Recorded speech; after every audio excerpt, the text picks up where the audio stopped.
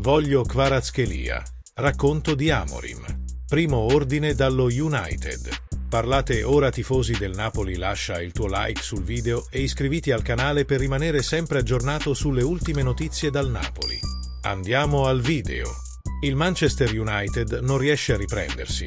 La squadra inglese sta attraversando un momento molto difficile. Lo storico club di Manchester ha deciso di licenziare il Ten Hag per mettere in panchina Ruben Amorim, promettente allenatore portoghese. L'ex allenatore dello Sporting Lisbona spera in rinforzi sul mercato per rilanciare i Red Devils, che si ritrovano in una posizione qualificante che non corrisponde al loro prestigio storico. Allo United serve una forte inversione di tendenza. Una delle sue prime richieste sarebbe Khvika Kvaratskhelia, gioiello del Napoli di Antonio Conte, che sta trattando per il rinnovo di contratto con il club italiano. La notizia è stata riportata dal giornalista Luca Cerchione. Gli sconvolgimenti in casa Manu TD, con l'esonero del Ten Hag e l'arrivo di Ruben Amorim in panchina, potrebbero coinvolgere anche il Napoli.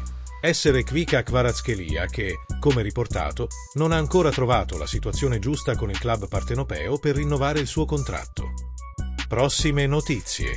L'Atalanta vuole Raspadori. Il Napoli fissa il prezzo. Appare anche Milano. Giacomo Raspadori continua ad essere uno dei talenti più interessanti dell'intero panorama calcistico nazionale, ma il giocatore emiliano del Napoli continua a non esprimersi nel migliore dei modi e a trovare quella continuità che può farlo esplodere e imporsi definitivamente. A quanto pare, il Napoli non vorrebbe privarsi di lui almeno fino alla prossima estate, anche per consentire altre varianti tattiche per l'attacco di tecnico Antonio Conte. Il Jolly piace all'allenatore salentino, ma la sua prestazione è ancora minima rispetto alle sue aspettative.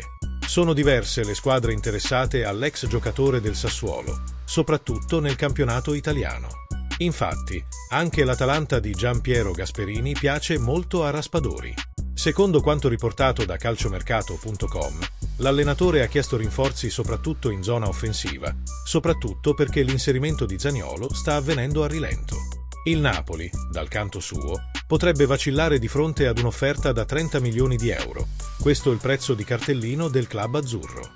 Ma secondo alcune indiscrezioni tra i club interessati ci sarebbe anche il Milan, alla ricerca di un attaccante da affiancare allo spagnolo Morata. Qual è la tua opinione, tifosi del Napoli? Crava dovrà lasciare il Napoli per Manchester o no?